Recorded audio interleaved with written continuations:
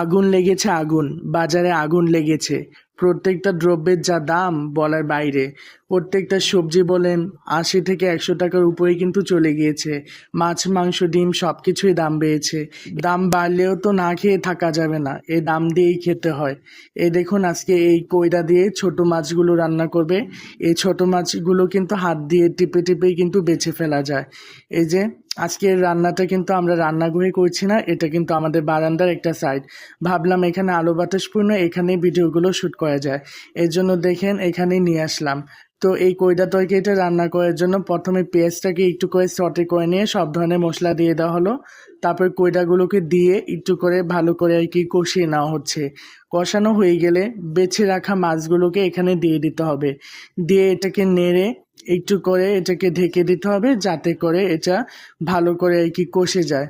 আর মরিচের দাম এত বেশি যে এর জন্য আব্বু কী করেছে, এখানে কিছু বোম্বাই মরিচ নিয়ে এসেছে। এগুলো যদিও তেমন একটা ঝাল ছিল না, তারপর প্রচুর দাম এদিকে কাঁচা মরিচের দাম। তারপরে এই যে উপর থেকে ধনিয়া পাতা ছিটিয়ে কিন্তু এই তরকারিটা নামিয়ে নেওয়া হলো। তারপর অন্যদিকে এখানে কচু ভাজা হচ্ছে। এই কচুগুলো কিন্তু এরকম লবণ হলুদে মেখে একটু করে ভাপ দিয়ে ভাজলে খেতে খুবই ভালো লাগে। এই তো কচুগুলো ভাজা হয়ে গিয়েছে। এখানে আম্মুর ডিমের একটা স্পেশাল কারি রান্না করে, এটা কিন্তু এরকম করে দিয়েই আম্মু রান্না করে। এরকম করে ডিমটাকে দিয়ে ধনিয়া পাতা দিয়ে রান্না করলে কিন্তু খুবই মজা লাগে। এই তো আমাদের সবগুলো রান্না শেষ, এখন খাওয়ার পালা।